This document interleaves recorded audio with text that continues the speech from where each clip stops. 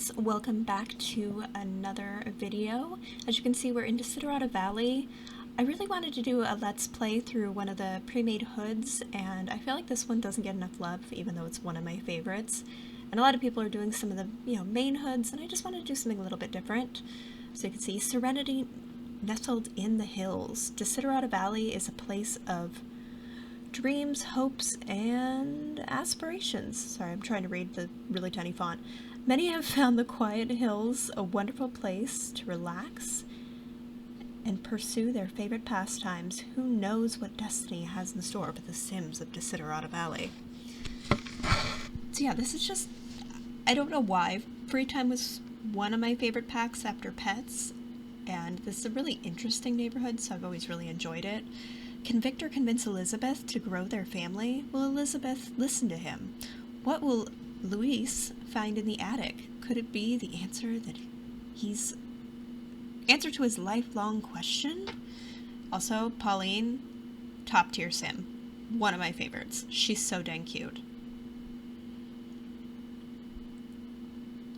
Sophia, Marcel, and Violet have a wonderful family life, but can they continue through the stresses to come? Will they find the time to relax and enjoy life? I like Rick as well, is what that circling was. The Bell family is doing wonderfully well, but will Hannah's sister moving in cause a critical disturbance? Love and understanding are the foundations of a happily family life, but can the contraries gain enough of it to keep themselves together? Working with other something in others is what John does best. Will he learn to live his own life? Nah. Natasha loves grilled cheese. I mean, really loves grilled cheese. Will she find someone who shares her dreams, or is there more of a mystery out there for her? Obviously, they're setting up for her to be romantic with John Mole. I actually never make them a couple. I always make her and John be buddies. So I'm just kind of going over the different community lots. Kitty Care Castle is really interesting. They actually, I feel like they tried with the community lots in this neighborhood too.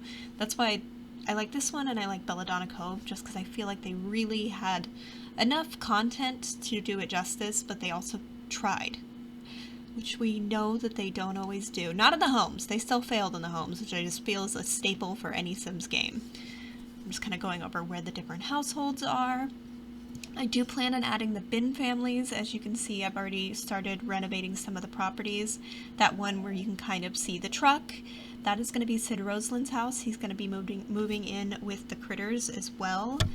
The house next to him, 175 Pleasure Path, is going to be where the bulk of the Autumnus family lives, but that empty lot is where Dora, Charlotte, and David are going to live. The reason why I like to split them up is it makes logical sense, especially when they're going to have newborn babies in the house and a toddler. There's no way that David and Charlotte would really be getting enough sleep to even function. So, and Grandma lives right there, like she's right next to the house. So I usually try to split that household up because it just makes sense to me. I was talking here, but I don't know what I was saying. I recorded this and I forgot that I'd done a speed build before, so my mic was still off when I did the next recording. That's why this is a little off. But yeah, I'm really excited about this project. I really do enjoy this neighborhood a great deal, and I also like the bin families, like the Ramaswamis. So I think it could be really interesting. And later down the line, I'll probably add a university when Violet and Rick actually start reaching the point where they need to go to university. And at that point, I will play through the university Sims as well, depending on which schools they go to. If they go to 2 schools, I'm going to play all the Sims in there. So I love the Uberhood, but I don't have the willpower to go through it all. I always end up getting through maybe 3 neighborhoods, and I either deal with corruption, or it's too much and I get overwhelmed. But doing this kind of this way, where I just have one neighborhood and maybe the universities, is a lot better and a lot easier for me. As time goes on, I might add sub-hoods like Blue Water Village, or even the main pre-made hoods, depending on if I need new characters or not. I don't really like moving in townies, so we're just gonna see where this leads us. I'm really excited about this, and if you guys have any comments or suggestions, or if you're just hyped about it too, definitely leave a comment below. And if you want to like follow the series, you're going to have to subscribe, click the bell if you want notifications. And if you would like the video, that does really help me out just in terms of other people being able to find my channel. I'm not a professional YouTuber by any means, but I do enjoy sharing this game with you guys, and it's really exciting for me. This is me going over... Oh, I forgot. I wasn't sure where I was going to put the Optimus family at this point. So I end up deciding, but I was looking to see what's close, which ones are probably the biggest ones, so on and so forth. This is me pointing out where Cyd's gonna live. So yeah, thank you guys so much for watching, and I will see you in a minute. We're gonna go over Cyd Roseland's makeover of his home.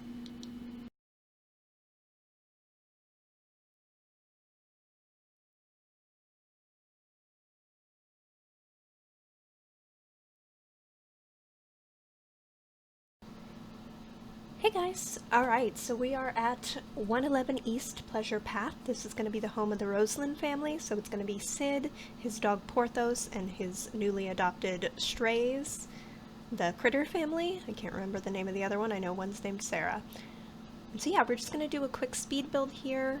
I'm going to fast forward through the most of it, and then at the end we'll do a little bit of a tour, okay? Ready, break.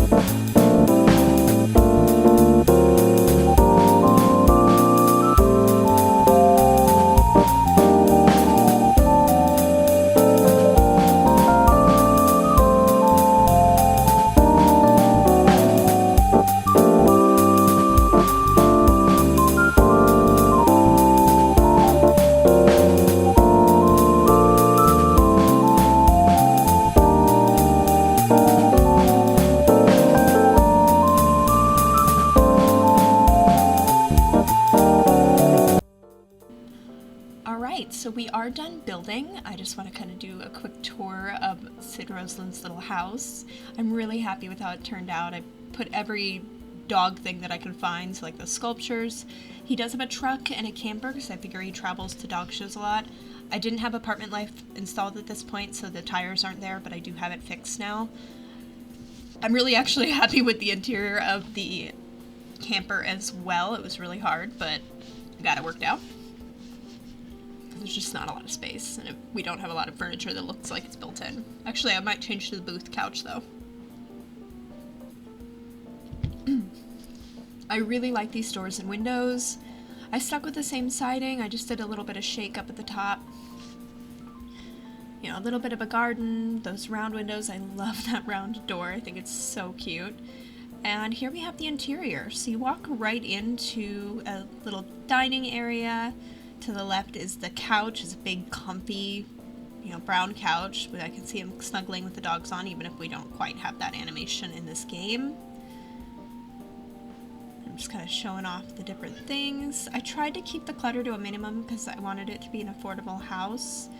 But yeah, anything dog related, that kind of looks like a pug, even though it's a Yeti. I've got the little dog bowls. I figure Porthos is the only one allowed in the house because he's trained.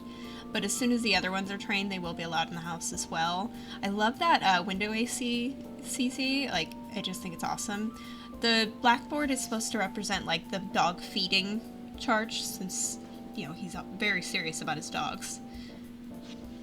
Like I said, there's the dining area. Cyd Roseland in my game is probably going to train dogs for people. I'm going to try to get him a custom career. But I figure people, when they get a dog, they can transfer it over to his lot, he can train it, and then he can transfer it back to them. I did not download the fix for those lights. They're too low. Oh well. So yeah, I love those portraits, those like people dog portraits. I think they're so funny. Little dog succulent. Those feathers are something that dogs can get and cats can gather in The Sims 4, so that's why I wanted to put those above the bed. I think they're really neat. I stuck with a lot of blues and whites and just kind of clean lines. The bathroom I'm really happy with. I doubled up on those cabinets. We've got the backless shower stall. Plain but effective. And then this is the little office because I figure he needs an area to keep track of his training. Ideally, I'd have clothes on there to represent like the show clothes that he wears when he's like competing. He's got a little bit of a naughty calendar, and then that's to keep track of all the events and things like that. I figure that's probably an urn of a prior dog, just because he has had a lot of dogs in my mind. And yes, there is an Evie, don't judge me. Outside we've got a little patio, we've got a garden bed, and then we've got some kennels, because my way to train the untrained dogs is to lock them up in a kennel and praise the crap out of them when they chew on the bone, and then let them loose and we can worry about the rest. I love this agility course. It's pulled from The Sims Pet Stories, and it's functional. makes me super happy. Like, it's perfect for this. So I'm really glad I could put it in this slot. And that's basically it. This is the Roseland house, and we'll be moving them in shortly. Thank you guys so much for watching, for commenting, subscribing, all that jazz. Definitely give this video a like if you find it interesting. If you have any comments or suggestions, I'd definitely love to hear for it. These are just kind of prequel lot makeovers at this point, but we're definitely going to get started playing, probably. I'm going to do Freetime Fridays, so I'll only be posting Desiderata Valley once a week. I know I have a prolific posting schedule, but even I have limits. And yeah, I'm going to go ahead and see you guys in the next one.